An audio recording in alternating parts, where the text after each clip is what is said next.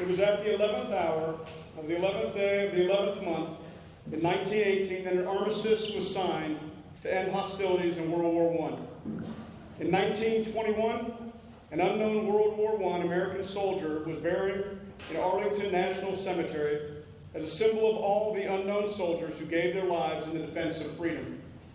Similar ceremonies occurred at Westminster Abbey in London and at the Arc de Triomphe in Paris. All of these memorial gestures took place on November 11th, giving universal recognition to the celebrated ending of World War I. The day became known as Armistice Day.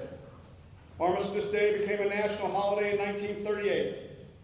But if the hope had been realized that World War I was the war to end all wars, November 11th might still have been called Armistice Day.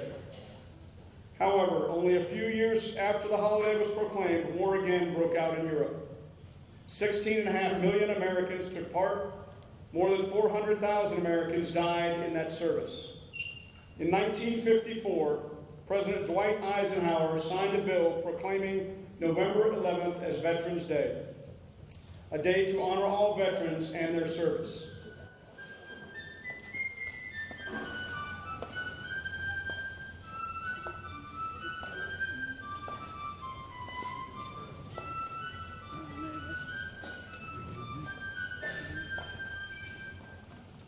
How appropriate that Sevier Middle School, named after Camp Sevier, hosts this Veterans Day ceremony every year.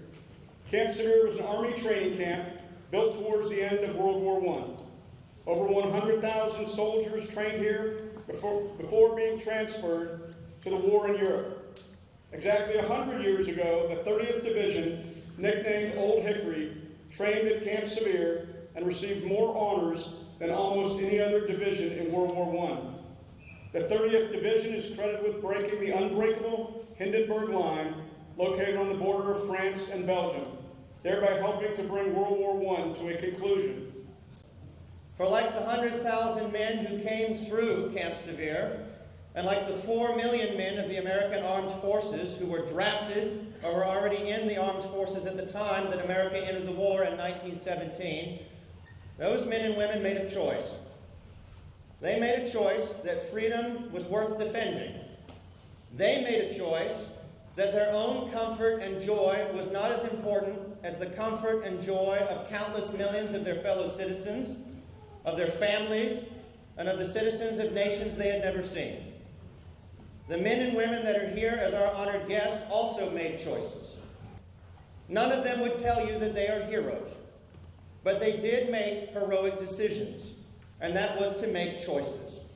And the choices they made were to defend this country, no matter the cost, no matter their fears, no matter their personal reservations or their dreams.